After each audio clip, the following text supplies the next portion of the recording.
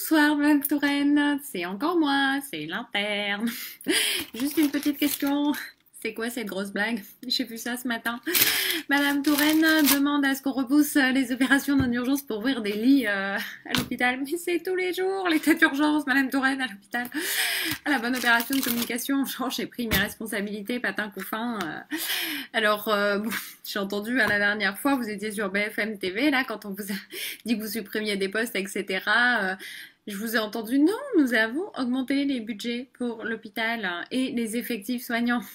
Alors, pour que les gens comprennent, pour la refaire en mode pas BFM TV, Madame Touraine avec son beau brushing, en fait, les chiffres montrent que les besoins de santé ils croient de 4% par an.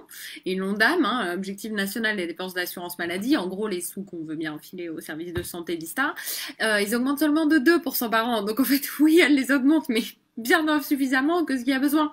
Donc c'est comme si mon malade, il a besoin de 4 mg d'adrénaline, j'en mets 2, j'ai augmenté la posologie. Oui, mais docteur, je vais mourir là si vous mettez pas 4, non, c'est ça? Oui, mais on va faire un groupe de réflexion et puis je vous présenterai un plan à l'automne pour la souffrance. Alors, les hôpitaux à bout de souffle, on va tenter dans ce dernier débat de comprendre pourquoi, de comprendre ce qui s'y passe exactement. Et pour cela, nous avons 3 invités. Sabrina Ali Ben Ali, on vient de vous voir donc, dans cette adresse à Marisol Touraine. Vous êtes interne dans un établissement privé, mais lié à la PHP, aux hôpitaux de Paris. Je le précise parce qu'il y a eu toute une polémique assez médiocre sur cette affaire. Ensuite, Nathalie Depoire, vous êtes présidente de la Coordination nationale infirmière. Et puis Pascal Leporce-Lemoine, vous êtes gynécologue, obstétricienne à l'hôpital de Saint-Malo. L'hôpital de Saint-Malo, on avait publié une enquête il y a quelque temps justement sur le fonctionnement de cet hôpital dans le cadre de la tarification à l'acte et de ce que ça a provoqué au sein de... C'est un énorme hôpital, je crois, de près de 1000 lits, c'est ça? 1000 places, 1000 lits, ouais. Oui, c'est un hôpital, on dira moyen. On est ici à Paris, il y a des hôpitaux beaucoup plus gros. Mais oui, mais on me disait que c'était un hôpital de 1000 lits, ce qui m'a semblé considérable. 1000 lits et places. 1000 lits et places, oui. D'accord. Oui, Mathilde Goannec, donc, pour animer ce débat, il vous pose la première question. Je précise aussi que Pascal Leporce-Lemoine est vice-présidente d'Avenir Hospitalier, donc une des intersyndicales des praticiens hospitaliers. Oui, Sabrina Ali Ben Ali, on l'a vu dans cet extrait vidéo, vous avez un peu dénoncé la com de Marisol Touraine au moment de l'épisode de la grippe. Selon vous, c'est vos mots, l'hôpital est tous les jours en urgence et donc il ne s'agissait pas de faire un coup de com sur l'épidémie. Cette vidéo a fait des millions de vues sur YouTube. Vous avez valu une invitation à France Inter. Sur Facebook. Oui, sur Facebook. Je suis devenue une parano de la précision ultime. Sur Facebook, une invitation à France Inter, plusieurs médias même, et a même provoqué un appel du directeur de la PHP, Martin Hirsch, remettant en cause, pour faire bref, votre légitimité à vous exprimer en tant qu'interne des urgences. Sans rentrer trop dans le détail de cette histoire, parce qu'elle est déjà bien documentée, qu'est-ce que cette affaire, au-delà de l'affront un peu personnel qu'on peut comprendre, a révélé ou révèle, selon vous, de la tension qui se joue autour de la question de l'hôpital et de l'état de l'hôpital aujourd'hui en France? Bah écoutez, ce que révèle effectivement, en dehors de la violence inouïe qu'on peut exercer sur une personne, moi-même j'ai du mal à comprendre ce qu'elle révèle. Si je me mettais à la place de gouvernants qui sont à la tête d'un État, je serais heureux que mes concitoyens se soucient du bien-être et de mes concitoyens. Donc, si vous voulez, là, quand on alerte pour dire que ça ne va pas, que c'est dangereux pour les soignants, que c'est dangereux pour les usagers, et que la seule réponse qui est menée au plus haut, je veux dire, on a eu jusqu'à un tweet du conseiller politique de Madame Touraine, qui m'accuse de faire manœuvre politicienne. Voilà, donc là, la première réaction, c'est d'être interpellé en se disant, on avertit que les gens vont pas bien, que c'est la santé des gens qui est mise en jeu. Et la réponse qu'on fait, c'est d'essayer de discréditer ma parole en expliquant que je ne suis pas légitime à porter parce que je sous-entends que je travaille à l'hôpital public, je sous-entends tout un tas de choses. Et en fait, la preuve que non. C'est que d'abord, on ne fait pas 11 millions de vues si le message n'est pas véridique, partagé. Qu'on ne met pas en scène, mais qu'on utilise quelque chose qui est le cynisme et l'humour noir, parce que la grande phrase connue de l'humour qui est le rire de désespoir, parce qu'à un moment, je pense que c'est pour ça qu'elle était un petit peu percutante, parce que finalement, c'est nos moyens de survie, nous, d'arriver à tourner en dérision des choses comme ça. Donc, en discréditant moins, et je l'ai vu par les dizaines de milliers de témoignages qui sont arrivés, c'est toute une profession, tous les soignants et usagers qui se sont sentis discrédités eux-mêmes dans leur souffrance, parce que je ne rapportais qu'une vérité des faits, en fait. Nathalie Depoire, vous êtes infirmière et vous avez participé en tant aussi que responsable de la coordination nationale infirmière à la grosse mobilisation de cet hiver qui se poursuit un peu sur ces thématiques-là, celle de la souffrance au travail, des conditions de travail, etc. Je rappelle quand même qu'il y a eu encore un suicide récent à l'hôpital Georges Pompidou à Paris, que l'année dernière, c'était aussi sur ça que vous aviez mobilisé. Il y a eu 5 suicides infirmiers ayant un lien éventuellement avec le travail. Alors c'est toujours difficile à définir, mais voilà. Est-ce qu'on peut parler de quelque chose de structurel, de massif, quand on parle de souffrance au travail à l'hôpital public aujourd'hui ? Alors c'est vrai que suite au drame de l'été 2016, on avait... déjà, j'ai une pensée très émue pour les collègues et leurs familles. Parce que le sujet, c'est un sujet lourd. Et aujourd'hui, c'est toute une communauté soignante. Ça va au-delà de l'hôpital, d'ailleurs. C'est toute une communauté soignante qui est atteinte par ce qui est en train de se passer. On a dénoncé à la fois ces drames, passage à l'acte. On a dénoncé l'augmentation des arrêts pour épuisement professionnel, la souffrance au travail, des dépressions, des abandons de la profession. On a, pour la CNI, initié un mouvement le 14 septembre en dénonçant ça. Derrière, il y a eu effectivement, vous le soulignez, le mouvement de toute une plateforme infirmière qui représentait plusieurs secteurs d'activité pour dénoncer ce mal-être aujourd'hui qui est insupportable parce que on est soignant là pour donner du soin et on en arrive à être en souffrance, avoir des problèmes de santé et on n'a pas du tout l'impression d'être entendu des pouvoirs publics. On a plutôt sur le terrain un sentiment d'abandon, d'être dans une galère permanente, d'appeler au secours et d'avoir plutôt une problématique qui est niée quelque part. Il y a eu des réponses quand même de la ministre de la Santé suite au mouvement de mobilisation. Il y a eu 30 millions mis sur la table. C'est pas suffisant, c'est pas la bonne façon de faire. Il y a eu des éléments de réponse, une stratégie d'amélioration de la qualité de vie au travail, 30 millions sur 3 ans. Alors, je crois qu'on n'est pas du tout en adéquation avec les besoins aujourd'hui. Dire on va augmenter, c'est flécher ces 30 millions pour avoir des psychologues, pour avoir des assistants sociaux dans les services de santé au travail. Je crois qu'effectivement, on a des besoins pour prendre en charge les collègues qui aujourd'hui sont en souffrance, mais concrètement, on a besoin de mesures urgentes pour arrêter ce qui génère la problématique. Aujourd'hui, tout le problème de contraintes budgétaires que vivent les hôpitaux a des conséquences importantes. On veut transformer... Vous, au quotidien, qu'est-ce que vous voyez se dégrader le plus dans votre pratique professionnelle quotidienne ? Sabrina Ben Ali donnait quelques exemples dans votre vidéo sur des remplaçants qui connaissent absolument pas les malades, qui débarquent là complètement perdus, n'ayant pas du tout la mémoire ou les antécédents. Qu'est-ce que vous pouvez citer comme exemple concret ? Mais tout ce qu'a dit Sabrina dans la vidéo est très vrai. Les soignants s'y sont reconnus parce qu'effectivement, sous cette pression, parce qu'il faut gagner en effectif, on a des remplacements où on cherche toujours du monde. Donc on rappelle ceux qui sont en congé, on rappelle ceux qui sont en repos. Donc c'est des soignants qui s'épuisent. Quand on n'a pas trouvé quelqu'un pour revenir, on cherche dans un autre service et on va démunir un peu un service pour mettre tout le monde en procédure dégradée pour faire face aux réponses. Et parfois, on déplace. Alors ok, on a des diplômes polyvalents au départ, mais... changer de service quand ça fait 20 ans qu'on exerce dans un service de médecine et qu'on nous demande du jour au lendemain d'aller dans un service de chirurgie, il faut quand même le temps d'appréhender le fonctionnement du service, de connaître un peu les protocoles, les habitudes de service. Et ça, c'est une vraie difficulté parce que du coup, on a des professionnels qui se retrouvent à répondre à un patient, devant une question de patient à laquelle ils n'arrivent pas à répondre. Ça veut dire que quand le professeur Grimaldi dit on a encore un système de santé parmi les meilleurs du monde. C'est-à-dire que ceux qui vont faire le joint ou ceux qui vont réceptionner les difficultés, ce n'est pas encore les patients, mais c'est déjà le personnel ? Il y a une forte souffrance des soignants. Je crois que les soignants, ils essaient de tout donner parce qu'ils sont dans leur mission de service public, dans leur volonté de donner du soin. Mais à quel prix ? Aujourd'hui, c'est au prix de leur santé, oui. Puis, si je peux me permettre d'ajouter un mot, il ne faut pas oublier qu'on est dans un des meilleurs systèmes de santé, c'est-à-dire, bon, la personne, elle est venue, elle a une embolie pulmonaire, elle a une hépatite, on l'a soignée. Mais la santé, c'est pas que avoir soigné un foie, c'est pas que avoir soigné... Quand quelqu'un... il faut se rendre compte que ce que c'est une dame qui enlève sa blouse, qui a un sein tuméfiée, qui a un cancer du sein et qui vous regarde et qu'elle est mise à nu devant vous. Et que ce qui tue aussi le soignant et qui nous fatigue, c'est qu'on ne peut pas donner à nos patients, oui, on les soigne, oui, elle est opérée, oui, on a ouvert ses sorties. Mais ce qui nous use, nous, au quotidien, c'est quand on dit vous pouvez rester une minute avec nous et qu'on ne peut pas. Quand on a une famille qui pleure et qu'on ne peut pas rester avec eux parce qu'on n'a pas le temps de leur expliquer. C'est ça aussi qui tue le soignant. C'est qu'à un moment, nous, on a l'impression qu'on ne fait plus de notre travail. Quand on a mangé tous ces temps-là, parce que la médecine, c'est pas que ça. Même l'OMS le décrit, la santé est un état de bien-être mental et physique.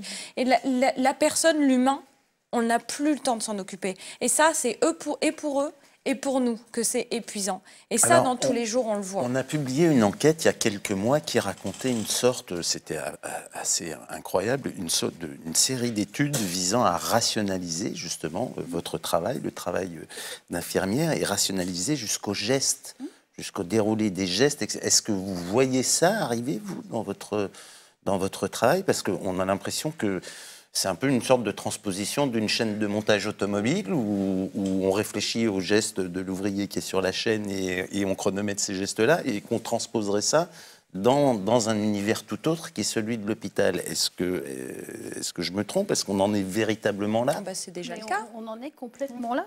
Effectivement, on a aujourd'hui une demande de réorganisation de l'hôpital et ça se pose comment? Avec une demande à l'encadrement de monter un projet où on lui dit, on dit au cadre, il faut que vous trouviez une organisation de travail où vous avez X infirmières ou X aides-soignantes pour tant de lits.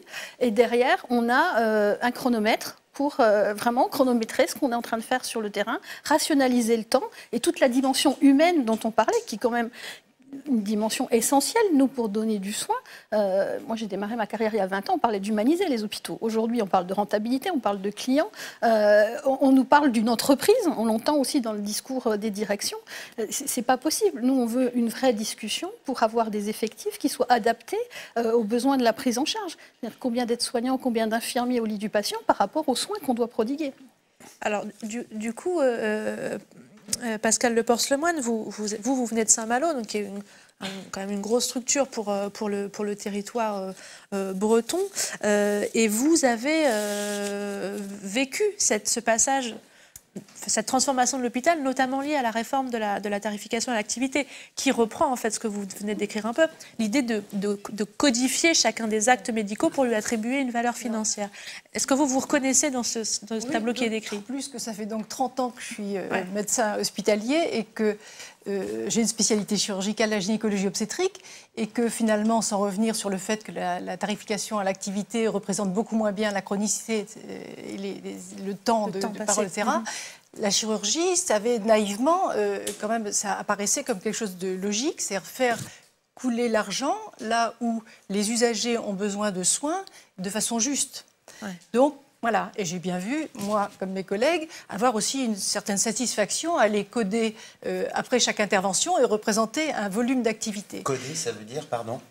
C'est-à-dire faire correspondre à l'acte qu'on a réalisé un codage financier, qui va se traduire, voilà, qui va se traduire, avec un filtre, ce sont les médecins, enfin les départements d'information médicale, qui vont être le filtre finalement entre les soins réalisés au bénéfice des usagers et l'argent que doit recevoir l'hôpital de façon juste pour continuer. Et alors, je lisais qu'il y a un inventaire de 2300 actes différents et tarifs différents, donc?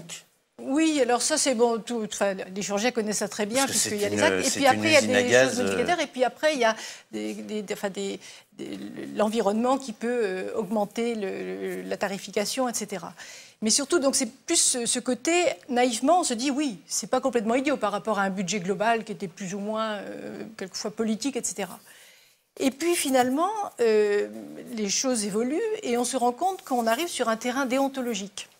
C'est-à-dire qu'en théorie, dans l'hôpital, les médecins ont une certaine indépendance liée à la déontologie. Et où l'on voit apparaître des choses comme... Je suis aussi en commission statutaire nationale, là où on dit si un praticien, finalement, va être définitivement nommé ou pas. et apparaître, par exemple, le gros truc, c'est sur un plateau technique chirurgical qui fonctionne, enfin qui n'a pas trop de recrutement, de recruter un chirurgien, bingo, pour faire de la tarification à l'activité. Et au bout d'un an, de dire, un peu indépendamment comme de la population, de l'environnement, etc., ah oui, mais non, on dit ou deuxième année probatoire, ou bien on ne veut pas le nommer, parce qu'il n'a pas assez produit d'actes. Il n'a pas développé le marché. Voilà. Or, étant gynécologue obstétricien, c'est médico-chirurgical. C'est pas parce qu'une femme saigne qu'on lui enlève l'utérus. Il y a quelques alternatives qui relèvent de la déontologie, d'une bonne indication et du soin. Mais c'est plus facile quand on est nommé. Imaginez quelqu'un qui est en période probatoire, qui avec sa famille pensait s'installer et à qui on dit « Ah bah oui, mais vous n'avez pas fait assez d'hystérectomie ». Textuellement dans un des dossiers. La déontologie. Et puis le deuxième plan que vous avez développé, qui est un sujet absolument brûlant et qui le reste, c'est celui des médecins des départements d'information médicale qui sont là pour traduire, d'une part pour garantir le secret médical et donc l'anonymat des patients, et d'autre part traduire en argent qui reviendra à l'hôpital. Le collègue dont vous parlez, le docteur Tancrel, est toujours en grande difficulté. Oui. Et l'ensemble des médecins de département d'information médicale des hôpitaux attendent de voir ce qu'au bout du bout ça donnera. Alors, pardon, je fais juste une parenthèse. Le docteur Tancred était donc, si je me souviens bien, justement en charge de cette codification à l'hôpital de Saint-Malo. On a publié plusieurs articles le concernant. Et c'était pendu à la sonnette d'alarme en disant « Attendez, on est dans un système fou qui est en train justement de détruire tout ce que vous racontez sur le... » Il est un authentique lanceur d'alerte certifié par la CNIL et qui lui a donné raison et qui a mis en demeure le directeur de faire de la façon dont il disait qu'il fallait faire pour garantir l'anonymat, et malgré tout, il est toujours en grande difficulté. Si sur un sujet aussi évident, la défense du secret médical, où il est garanti par la CNIL et la commission d'éthique du Conseil national de l'ordre des médecins, il est toujours en difficulté. Il a été difficile d'aller sur le terrain des codages.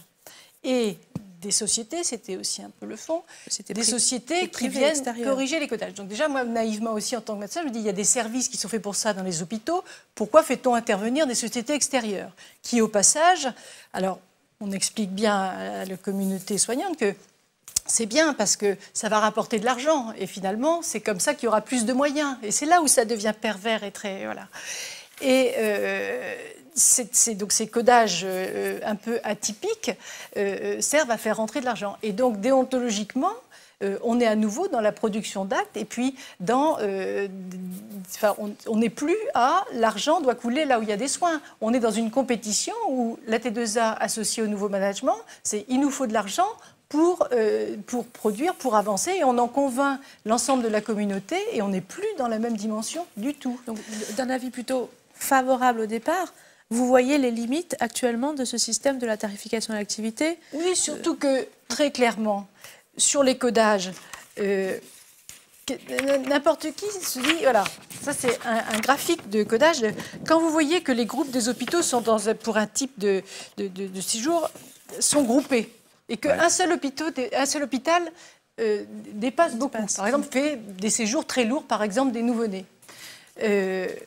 Naïvement, je me dis aussi, ayant donné ce graphique à Mme Touraine en main propre, la Caisse régionale d'assurance maladie devrait aller voir qui est très atypique, qui fait le... Jamais. Jamais. Ça n'a jamais été contrôlé depuis. Ce n'est pas les bons séjours qu'on contrôle. C'est pas les bons... Donc finalement, la tarification à l'activité que naïvement on pouvait penser faire couler l'argent là où les usagers en ont besoin, peu ou prou, on en revient un peu au budget global où il y a sûrement des éléments politiques et puis où il faut mettre de l'argent. Alors après, ce serait plus net si c'était réellement la tarification, enfin réellement les soins pratiqués, etc. Et puis qu'on dise il y a un autre endroit où, du point de vue couverture géographique, du point de vue accès des personnes aux soins, il y a une exception géographique. Effectivement, entre autres, on l'a dit tout à l'heure, l'obstétrique, c'est pas rentable. Mais là, il faut, voilà, et donc il faut de l'argent, mais les choses seraient nettes.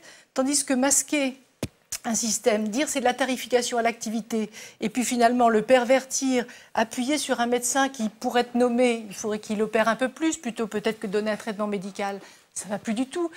Qu'un médecin du département d'informatique médicale qui vraiment est quelqu'un qui est injuste, qui est un vrai lanceur d'alerte, soit toujours placardisé alors qu'il n'a fait que son métier, c'est-à-dire que lui, à contrario, pouvait être poursuivi au pénal s'il ne dénonçait pas une atteinte au secret médical. Oui, on Cette voit un affaire peu est connue. le- Et c'est grave, parce que tous les médecins d'IM de France attendent de voir ce que ça va donner, parce que avant d'être un lanceur d'alerte, il faut savoir le prix qu'on en paye. Hein. Sabrina Ali Ben Ali, vous avez commencé votre internat, je crois, en 2014. Vous n'avez connu que le système de la tarification de l'activité appliqué à l'hôpital. Est-ce que pour vous, c'est le nœud de ce que vit l'hôpital en ce moment, ou est-ce qu'il y a d'autres choses qui rentrent en ligne de compte? On a parlé, par exemple, du management, qui n'est pas directement lié à cette question-là. Est-ce que... Tout ça est lié. Il y a plein de choses. Elle a très bien expliqué. On est arrivé aux dérives. Moi, combien de fois j'ai entendu, le temps d'une pause cigarette dans les couloirs, des infirmières, lors de mes stages passés, etc., m'expliquer qu'on fait même de la rétention de patients, parce que tout le monde a bien compris le système. Si on n'a pas assez tarifié, ça veut dire qu'on va nous dire que ce service ne travaille pas assez, donc on va supprimer des postes d'infirmières parce que on fait trop d'actes, donc elles ont peur d'avoir des services en moins. Donc, si un patient est décédé à 23h58, on va mettre minuit 3 pour tarifier une nuit de plus, pour être sûr qu'à la fin, on ne va pas sucrer des lits dans le service. Oui, c'est ça, la réalité telle qu'elle est. Il faut bien se rendre compte d'où on en est. C'est pour ça que l'alerte, elle est grave. Et comme vous le disiez, moi, je commence juste à payer un tout petit peu le prix. C'est vrai qu'il faut être... il faut avoir beaucoup de copains et plein de messages comme font les gens. Ensuite, c'est tout ça. C'est la logique aussi managériale de cet hôpital, effectivement, qui devient une entreprise. Il faut les voir. On a interpellé souvent. Pourquoi est-ce que les patients aux urgences, pourquoi est-ce qu'on n'inventerait pas même des spots pour expliquer aux patients pourquoi là, c'est pas forcément de l'urgence. Mais non, pourquoi? Parce que la TDSA, monsieur qui vient pour pas grand-chose et qui repart juste avec Spasfon, Doliprane, qui a mobilisé un infirmier 10 minutes, fait un acte. Ça fait un acte et ça fait de l'argent pour le service. Que les soignants ils soient épuisés derrière, qu'il y ait une infirmière qui fasse l'accueil, qui photocopie la carte d'identité, la carte vitale, que derrière nous, ça nous mobilise sur les peut-être 5 minutes qu'on aurait le temps pour aller manger quelque chose, non, c'est ces gens-là. Donc tout ça, c'est toutes ces logiques, les fermetures d'hôpitaux de proximité, c'est toute une logique même de service public. Tous les gens qui arrivent parce que nos confrères en libéral sont pleins jusqu'à 23h. Moi, les gens, ils me viennent, je leur dis, vous n'avez pas vu de médecin généraliste? Mais si j'ai appelé, il peut me voir dans 15 jours. Vous n'allez pas rester 15 jours avec un lumbago. Mais un lumbago, il pourrait être traité ailleurs que dans un service d'urgence. Sauf que non, voilà, c'est toute la structuration qu'on a fait de la logique managériale et rentable. Mais là, on voit un document amélioration de la qualité de soins. Mais comme je l'ai dit sur ma page, on ne veut pas un document de 200 pages. C'est pas ça qu'il nous faut. Il faut arrêter de supprimer. Juste, il faut rendre à l'hôpital ce qu'il est. Un endroit où on est, où on vit, où on est malade, où on meurt, où on a peur. Évidemment, on ne vit pas dans le monde des bisounours. On sait que tout ça doit avoir un budget. La question, elle se pose comment? On part du besoin des citoyens, on y répond? On dit non, moi je vous donne ça, débrouillez-vous. Non. Et surtout qu'on a les moyens de le faire et on le sait. Il y a un autre élément aussi, qui est qu'on finit par mettre plus d'argent sur le contrôle des soins que sur les soins. C'est-à-dire que, et dans les histoires de qualité de vie au travail, il y a aussi un poids terrible de l'administration. Et oui, effectivement, donc la certification, oui, mais de là à avoir 1, puis 2 ingénieurs qualité, puis prendre des entreprises extérieures pour venir nous faire des heures et des heures de réunion, on va mobiliser des infirmiers, des médecins, du temps médical, au lieu de partir de la base. Là, pardon, je vous interromps, c'est les règles de nouveau management, c'est ça, qui ont été introduites progressivement? Avec du reporting et du... Oui. Et pourquoi ce malaise des soignants, c'est qu'on finit par mettre plus d'argent dans le contrôle des soignants que dans le soin. On tourne en rond, là. Et si vous voulez, quand, effectivement, tous, de base, on est soignants. Moi, je suis faite pour être face à des usagers, à des patientes, être au bloc. Et on finit par vous demander des tas de réunions qui, finalement, perturbent l'ensemble. Et puis, dans cette façon de faire, puisque c'est du contrôle, il y en a qui finissent par vraiment se trouver effectivement les grands chefs à plumes, puisqu'ils vous contrôlent et qui vont venir vous dire là, c'est pas le bon codage, là, vous n'avez pas fait, là. Donc c'est toute une ambiance. Et voilà, il faut un peu arrêter, il faut mettre les moyens sur les soins. Sans compter qu'on se retrouve à passer 70% de nos journées devant des ordinateurs au lieu d'être au lit du patient, à coder, à écrire à chaque fois qu'on fait un axe. Même les barrières mises du côté du lit, maintenant, doivent être codées sur l'ordinateur pour dire qu'on a remis les barrières. Donc trop d'administratifs, éventuellement trop de hiérarchie, trop de contrôle. C'est ça que vous reprochez, c'est ça que... Parce que je pose la question parce que la Fédération hospitalière de France a interpellé les candidats très récemment avec 50 mesures en disant on veut plus de souplesse, les directions d'hôpitaux veulent plus de souplesse, veulent être à même de gérer eux-mêmes l'organisation de leur hôpital, ils veulent aussi plus de moyens, ça doit être un point d'accord pour leurs établissements, puisqu'ils vivent de la même manière que vous la contrainte budgétaire, mais ils veulent aussi en finir avec la réduction du temps de travail, en finir avec la revalorisation des salaires de la fonction publique hospitalière. Donc voilà, c'est un peu ambigu comme discours. Il y a aussi, à force, est-ce que l'hôpital est là pour soigner avec une administration qui aide les soignants à soigner, ou est-ce que l'hôpital est là pour être administré, effectivement être le côté usine? Il y a un autre énorme sujet, ce sont les groupements hospitaliers de territoire. Ouais, on va y venir. On va y venir après. Je voulais vous demander, dans votre établissement hospitalier, quelle marge de négociation vous avez avec la direction de l'établissement, avec les différents chefs de service? Est-ce que là, il y a des marges de manœuvre, d'adaptabilité? Est-ce qu'il y a moyen de moyenner, comme on dit? C'est un vrai sujet parce qu'on parle de dialogue social. Alors, oui. Les syndicats montent au créneau, on fait ce qu'on appelle des réunions de dialogue social. Mais c'est un peu comme le reste, il ne suffit pas de mettre sur un document X réunions de dialogue social pour vraiment être dans le dialogue social. On a des présentations des organisations de travail en instance, qu'on appelle les comités techniques d'établissement. Vous avez toutes les organisations syndicales qui se mettent en opposition. La loi impose qu'il y ait une consultation dans la semaine qui suit. Normalement, on doit modifier le dossier. Souvent, on nous représente la même copie, on revote tous contre, mais on fait quand même. Donc, on est dans la consultation. On nous pousse à la contestation par manifestation, avec la difficulté aujourd'hui d'avoir des équipes qui sont en souffrance, épuisées, et puis des assignations sur le terrain, parce que de toute façon, on a une obligation de continuité de soins. Donc, quelque part, on tente de mettre le couvercle sur la marmite, de dire soigne et tais-toi. C'est aussi le mot d'ordre de la plateforme qu'on avait porté et qu'on continue à porter, et qui sera encore mobilisé le 7 mars, pour dire nous, non, on ne se tait plus, parce que peut-être, oui, c'est cette formule de lanceur d'alerte, mais on ne peut pas cautionner un système où il y a des vies en danger, des vies de patients, des vies d'usagers. Et on avait invité, on ne l'a peut-être pas dit, mais on avait invité un directeur d'hôpital sur le plateau. Il n'a pas pu venir avec une très bonne raison. Ce n'est pas du tout une fuite. Mais vous voulez dire qu'il n'y a pas de soutien des directions? Et votre combat, c'est contre les directions et contre le ministère, l'administration? Ou est-ce qu'il y a quand même des terrains d'entente? Ce n'est pas un combat contre les directions, parce que je crois que c'est des pressions qui arrivent en cascade. Les directions eux-mêmes sont soumises à une pression, à une contrainte. Ils ont un objectif financier à atteindre. S'ils ne le mènent pas bien et qu'ils ne mettent pas les comptes à l'équilibre, ils auront droit au contrat de retour à l'équilibre avec imposition de réussir l'exercice. Donc, et d'ailleurs, on le sent, cette pression, parce qu'elle est à tous les étages. On parle de risques psychosociaux. Ils sont sur les professionnels, mais qu'on soit soignant, qu'on soit médecin, qu'on soit cadre. On a des cadres, aujourd'hui, vous parliez du management, on a des cadres de santé qui sont très en souffrance. On a aussi des pressions parmi les directeurs. Alors, juste une question, parce que c'est un message qui est largement passé dans l'opinion depuis 10 ans. C'est la thèse suivante, comment les 35 heures auraient désorganisé complètement l'hôpital et tout particulièrement votre profession. Tout ce que vous nous racontez là, on ne voit pas les 35 heures. Du reste, aucune d'entre vous n'a évoqué cette question. Qu'est-ce qui reste de ça alors? Mais ça fait beaucoup sourire les soignants, le débat, parce qu'aujourd'hui, les soignants, ils n'ont pas 35 heures semaine que oui, sur le papier pareil. quelque part, avec des RTT qu'on est censé récupérer, mais quand on est en RTT, on nous rappelle parce qu'il faut du monde sur le pont. On fait une stratégie d'amélioration de la qualité de vie au travail. On dit, on va mettre en place des systèmes de rappel, mais on va les proposer à qui? Aux agents du même hôpital, qui sont déjà épuisés, en leur disant, mais là, vous serez payés en heures sup, en faisant l'APA, parce qu'on sait tous qu'on est mal payé, donc on va nous attirer financièrement, mais on ne garde pas l'épuisement derrière. Donc, c'est pas seulement le temps, on ne peut pas tout résumer au temps. Aujourd'hui, on nous compte ça justement, en disant il faut qu'on trouve du budget, donc des effectifs en moins, donc on minute notre temps de travail. On a raccourci les temps de transmission. Les temps d'échange entre équipes du matin, soir, nuit, matin, ces temps d'échange qui sont primordiaux, on raccourcit 10 minutes, on multiplie par le nombre d'équipes, par le nombre d'agents, ça fait des postes.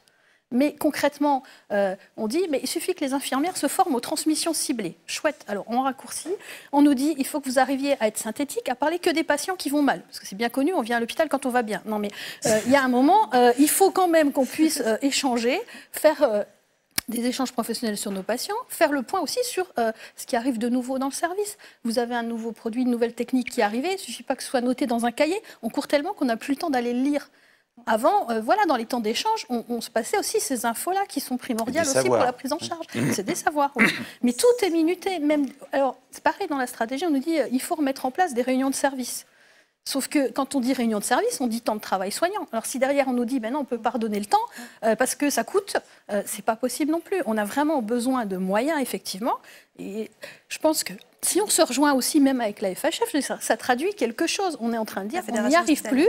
Il faut quand même qu'on donne des moyens à l'hôpital pour arriver au bout. Qu'il y ait des questions d'organisation, oui, mais qu'on nous donne les moyens de se réorganiser aussi. C'est sûr que ce sont des injonctions contradictoires. C'est aussi une terminologie très courue, parce que ça a été les 35 heures, mais les 35 heures sans les moyens. Oui. Je vais vous donner un autre exemple pour dire comment ça marche, la qualité de vie au travail, très concret. En commission, passe le dossier d'une jeune femme, chirurgien viscéral, où ça avait chauffé dans un service. Elle était par ailleurs avec 2 chirurgiens viscéraux de 64 et 65 ans. La deuxième grossesse... Alors, l'État a été généreux en disant que désormais les femmes médecins pourraient éventuellement arrêter de prendre des gardes à partir du 2e trimestre de la grossesse. Ce n'est pas un obstétricien qui va vous dire que c'est mal, mais c'est être un peu généreux sur le dos des autres, puisque bien sûr il n'y a aucun budget en regard de ça. Donc c'est vrai que, et donc ma collègue chirurgien viscéral, à qui bien sûr on disait rien à dire, était tout à fait d'accord pour dire que 2 ans plus tard, quand elle aurait ses 2 enfants sur les bras, et qu'il y a une grande féminisation en chirurgie aussi, que 2 jeunes collègues arriveraient et qu'on lui dirait l'été prochain, tu vas être de garde 1 jour sur 2, puis même 1 jour sur 1 avec quelques remplaçants assez improbables qui viendront par là, ce serait très difficile. Donc il y a des réformes, des tas de réformes qui se succèdent sans les budgets en regard. Donc c'est très sympa de dire qu'on arrête de prendre des gardes. C'est par contre un peu un problème que ça se répartisse tout simplement sur les autres sans moyens et c'est la source de conflits et voilà, il y a un moment... Donc les réformes sans les moyens, elles se succèdent et ça finit par être... Quand vous disiez dans la loi de financement 2017 que les hôpitaux doivent encore faire 1,5 milliard d'euros d'économie, à l'échelle de votre établissement, par exemple, ça se... J'imagine que vous en avez parlé, vous avez une projection sur l'année, comment vous faites? Alors, on rentre dans beaucoup d'autres choses. On va encore retomber sur les GHT parce qu'il y a effectivement, soit on met un coefficient et puis on tond tout le monde. Et donc on tond les services, peu importe que ça bosse pas, que voilà, il faut, tout le monde à égalité sans tenir compte de la réalité des soins et du médical. Soit on essaie de faire des choses intelligentes et éventuellement il y a quelques restructurations à envisager, des plateaux techniques qui ne sont pas forcément possibles à maintenir parce que ce n'est pas des bons équilibres de sécurité-proximité. C'est-à-dire la proximité est une chose, la sécurité en est une aussi très importante qui nous préoccupe en permanence. Et peut-être qu'à un moment, il faut aller avoir le courage de faire certaines restructurations qui seront bien pour la sécurité, qui permettront de dégager du budget et à nouveau de faire couler les moyens, aller les moyens là où il y en a réellement besoin, plutôt que de faire un truc... Ça, si j'ai bien compris, mais je vais laisser Mathilde en parler parce qu'elle connaît bien mieux que moi, c'est cette réforme des groupements par territoire. Hospitalier de territoire. Oui, juste, je le rappelle, parce que c'est l'autre grande réforme après la tarification à l'activité. C'est une manière de faire des grosses unités en regroupant plusieurs établissements à l'intérieur d'un même regroupement. Est-ce que, selon vous les unes et les autres, c'est justement un peu un appel d'air après cette crise liée à la tarification à l'activité, ou est-ce que c'est une poursuite d'une logique budgétaire? Est-ce que la mutualisation peut avoir vraiment des effets? Ça va dépendre de ce qu'on appelle le projet médical partagé. Si le projet médical partagé, qu'on peut appeler projet soignant partagé, est un vrai projet soignant qui recherche vraiment le meilleur équilibre de sécurité et proximité, ça peut être très bien. Si ce qu'on appelle le projet médical partagé, c'est celui que l'institution dit, que l'ARS donne l'injonction au directeur de dire que c'est celui-là, et le directeur, avec éventuellement des cautions de président de commission médicale d'établissement, de médecins institutionnels, suit, et que finalement c'est un bricolage loin des soignants, ça peut être catastrophique. En tout cas, les premières informations qu'on en a sont loin d'être rassurantes.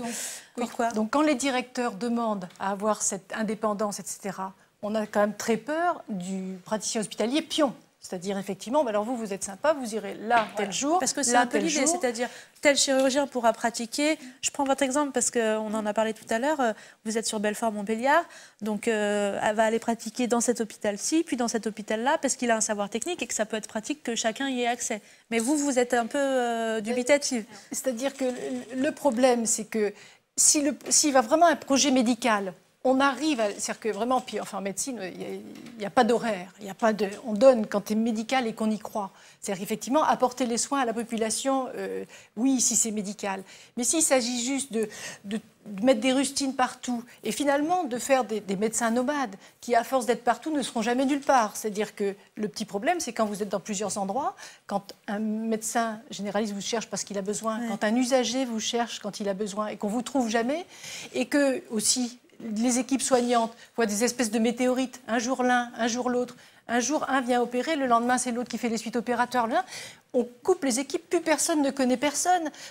On revient sur les équipes, c'est extrêmement important. Nous, quand on travaille, on sait avec qui on travaille, les infirmières savent avec qui ils travaillent, et c'est ça qui fait la qualité des soins. Si on a effectivement des directions, l'indépendance, voilà, réclamée par les directeurs pour faire quelque chose qui n'est pas... C'est vraiment un vrai projet soignant, c'est-à-dire des équipes soignantes. Ça ne pourra pas aller parce que ça dégrade la qualité. Alors, ce qui est dit en défense de cette réforme, ce que j'ai entendu dire, c'est que c'est aussi un moyen aussi de réinvestir dans l'hôpital, dans des plateaux techniques qui pourraient être plus performants, dans une répartition des offres de soins différentes. Donc, ce que vous décrivez, c'est très ambivalent. Ça peut être très bien. Aurait pu être très bien au départ, si vous voulez. Il y a plein de choses qui auraient pu être très bien. Seulement, à chaque fois, ce qui aurait pu être très bien, ça peut dévier. On voit toutes les déviations du mauvais côté. Et si vous voulez, il ne faut pas...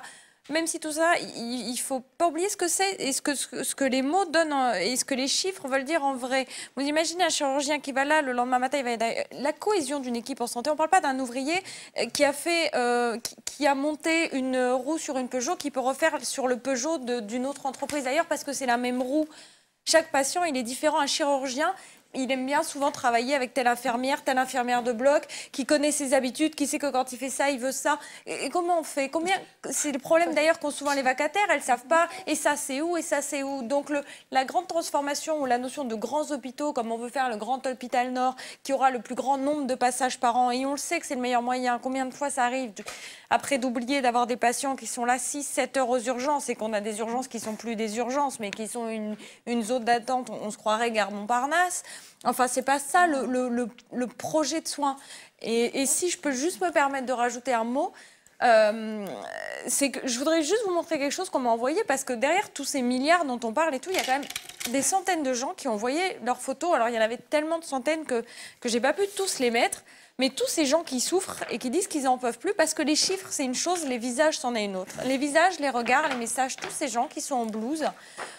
Je ne sais pas si on peut voir, mais c'est tous ces gens-là qui sont là, qui n'en peuvent plus, qui ont dit par cette photo... Alors, qui sont ces gens? Dites-nous. Tous ces gens, c'est des infirmières, des aides-soignantes, des internes, des médecins de ville, quelques usagers qui se sont pris dans son lit d'hôpital. Il y a même un patient que j'ai eu moi aux urgences qui me dit « Tiens, c'est vous qui m'avez soigné ».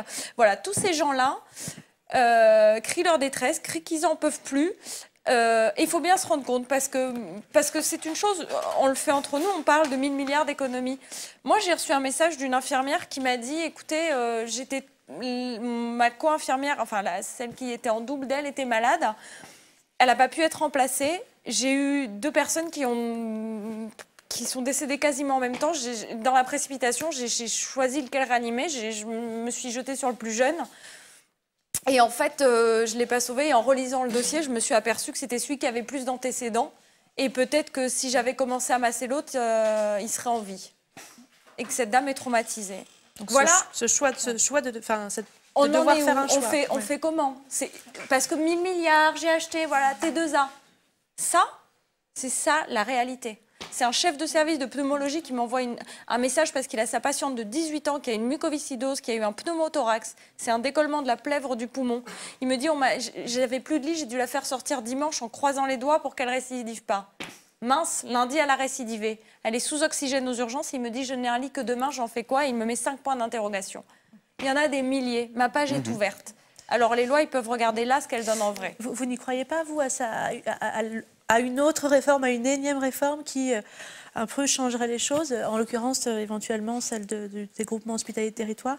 La problématique des groupements hospitaliers de territoire, si vous voulez, il y a un principe, il y a une réalité. Le principe, c'est une mutualisation des moyens pour pouvoir établir des filières, effectivement un projet médical partagé, un projet de soins partagé. Sauf que un GHT n'est pas égal à un GHT, ils sont déjà différents en éloignement géographique, en composition.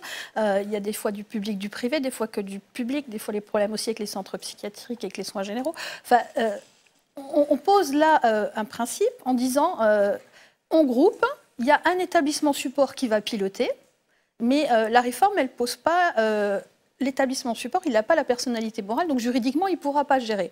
On se dit, tout le monde va s'entendre, on va faire vivre le projet médical, le projet de soins. S'il faut un arbitre, l'ARS interviendra. On a déjà eu plein de précédents aujourd'hui. Qui définit ce projet médical que vous avez la communauté médicale de chaque établissement va devoir travailler, présenter, et derrière, on aura les équipes soignantes. Et ce projet est validé par l'ARS, l'Agence régionale de santé. Ça sera déjà validé dans les établissements, mais c'est vrai que il y aura une obligation de mettre en œuvre. Sauf que on sait aujourd'hui que faire vivre un projet d'établissement, projet médical, projet de soins, c'est déjà complexe sur un seul établissement. Le faire sur plusieurs, c'est une autre complexité. Et puis surtout, si la mutualisation, c'est mutualiser le partage de la galère qu'on connaît aujourd'hui, je ne vois pas où on apporte des solutions. Vous parliez tout à l'heure Belfort-Montbéliard. Alors c'est un peu différent parce que le GHT est en train de se mettre en place, mais c'est une fusion qui date, Belfort-Montbéliard. On a une fusion administrative 2000. On arrive en 2017 au déménagement. Par contre, ce qu'on sait, c'est que 2 sites, on a été obligé de mutualiser les moyens médicaux, donc des médecins qui courent d'une ville à l'autre, qui s'épuisent, et derrière des équipes soignantes qui cherchent des prescriptions.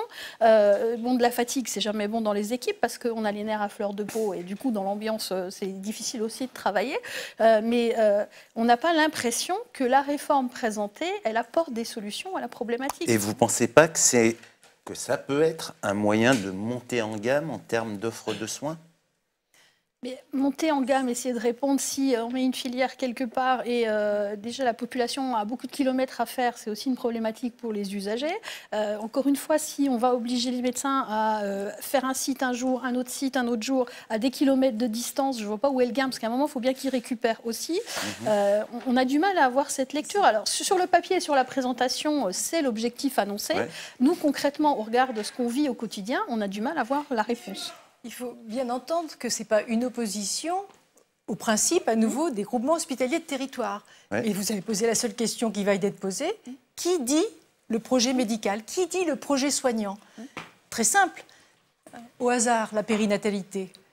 C'est très sensible, les maternités. Vous avez vu, il y en a plein les journaux, carrés, un film, tout ça. Oui, bien sûr. Qui dit le projet médical?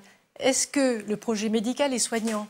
Ça va être obstétriciens, sages-femmes, pédiatres, anesthésistes qui vont parler de sécurité. Les jeunes qui vont dire « moi je veux bien ». C'est pas sûr. Non, c'est pas sûr, ça va pas. Il n'y a pas tout qui suit, la réanimation, la pédiatrie. Qui va dire le projet médical?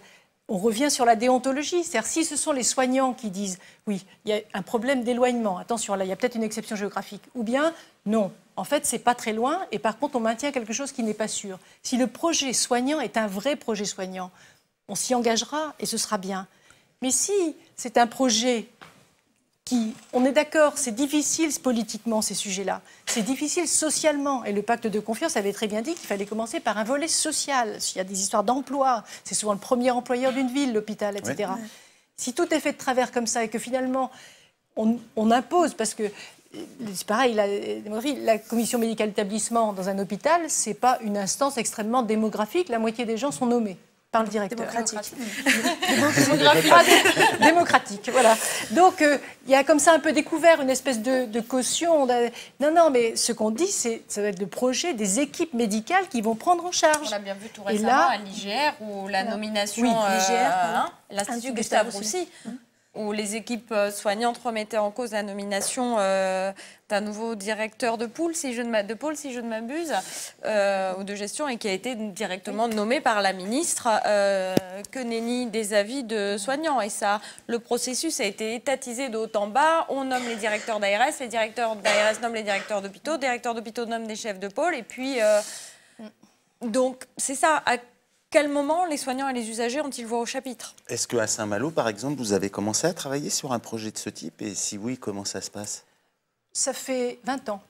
Non, mais sur un projet médical de groupement. Tout le monde, il y avait des dates. Voilà, non, je parlais de la périnatalité, ça fait 20 ans, mais que ça ne bouge pas. Sur un groupement hospitalier territoire. Je peux vous dire que, en l'occurrence, pour ce qui est des soignants, c'est quelque chose qui doit se décider de restructuration ou pas dans les quelques mois, mais que ni pédiatre, ni anesthésiste, ni obstétricien, c'est le blackout depuis plusieurs mois.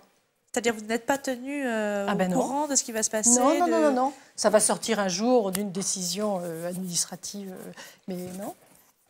Peut-être pour terminer, parce que les gens peut-être ont envie de se coucher, mais c'est passionnant. On a lancé cette soirée un peu comme ça, c'est-à-dire la santé est un enjeu, l'hôpital est un enjeu, la présidentielle approche, c'est un sujet important. Bon. Est-ce que véritablement vous avez le sentiment que ce sujet-là est dans la présidentielle, est dans le débat? On a parlé de la sécurité sociale, mais vraiment spécifiquement sur l'hôpital. Est-ce que vous êtes un peu entendu? Manifestement pas trop selon vous, mais voilà, est-ce que c'est un sujet? Est-ce que c'est un enjeu du débat? Moi, je dirais que c'est un vrai sujet. Il y a un enjeu réel de santé publique qui dépasse le cadre de l'hôpital. C'est quel système de santé? Parce qu'on parlait de l'embolisation aux urgences, et il faut aussi résoudre les problématiques sur le réseau ville. C'est un tout. Et aujourd'hui, non, on n'a pas, à part des petites bribes, on n'a pas concrètement vu dans le débat présidentiel le programme santé développé qui répond. Alors moi, je suis un syndicat qui est complètement indépendant politiquement. À CNI, on ne fait pas de politique et on ne donnera jamais de consignes pour qu'il faut voter. Mais concrètement, le nombre de soignants qui sont en attente et qui regardent, c'est des électeurs potentiels aussi. Donc, à bon entendeur, commencez à vous intéresser aux problématiques de santé. La problématique de santé, elle ne touche pas plus un parti qu'un autre. C'est la problématique de tous, c'est la problématique des soignants, des médecins, de vous, de moi. On est tous des usagers du système de santé. Donc, on est tous intéressés. Bien. Le problème, pour répondre à votre question, c'est que ça bouillonne à l'hôpital et ça bouillonne dans les histoires de présidentielles. Donc c'est quand même un peu compliqué. Il y a une chose qui est certaine, c'est qu'il y a malheureusement, parce que c'est extrêmement grave, le focus mis sur ce qui est maintenant pudiquement appelé la qualité de vie au travail, en fait, qui sont les risques psychosociaux. Et manifestement, ça, c'est récent, l'accent est mis, donc sûrement aussi avec un angle d'écoute, et les usagers aussi entendent ça. Et il est certain qu'il faut que pour bien soigner, il faut que les soignants aillent bien d'abord eux-mêmes, parce que c'est vrai qu'aider moralement des patients, il faut d'abord être pas trop mal, et puis être pertinent aussi dans ses décisions en urgence, etc. Donc voilà, ça c'est un sujet qui prend. Sinon, il y a un tel bouillonnement dans tous les sens et partout là que je sais pas ce que... C'est un dernier mot, puis vous partagez l'analyse. Il faut que cette question soit évidemment au cœur du débat. Moi, de fait, mes convictions politiques, on les connaît, mais je refuse de m'exprimer à ce sujet en tant que porte-parole des soignants, c'est pourquoi on m'a invité ici.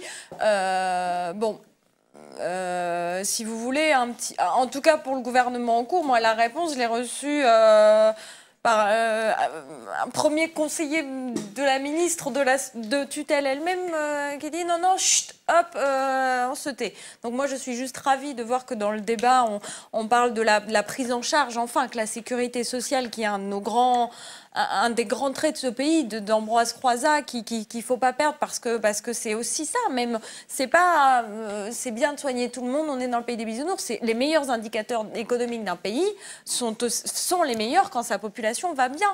Parce que, je ne sais pas, l'hôpital doit être au budget à la fin de l'année, mais l'hôpital, c'est pas l'hôpital, c'est les gens qu'on soigne qui vont dans leurs entreprises être efficaces parce qu'ils ne sont pas malades, dont on a dépisté tôt des maladies et qui ne vont pas entraîner à long terme d'autres dépenses.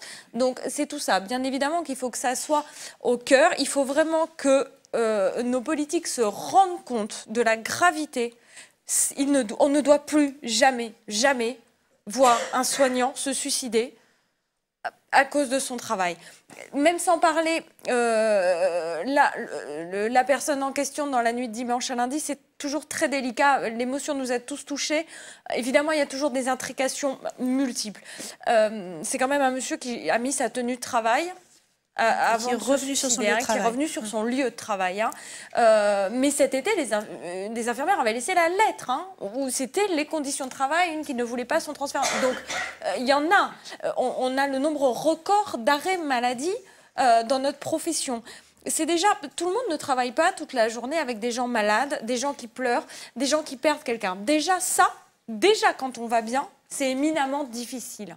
Alors, en plus, épuiser ça, ce n'est plus possible pour les soignants, c'est plus possible pour les usagers, pour leur dignité. On est dans un grand pays, on ne doit plus changer des gens changer leur couche au milieu d'un brancard d'urgence en cachant avec des draps pour que le voisin ne voit plus. On est un pays qui mérite mieux que ça, qui est digne de faire mieux que ça. Moi, j'interpelle aussi tous les candidats à la présidentielle, même si moi, on connaît j'ai une responsabilité militante, donc je m'en suis jamais cachée.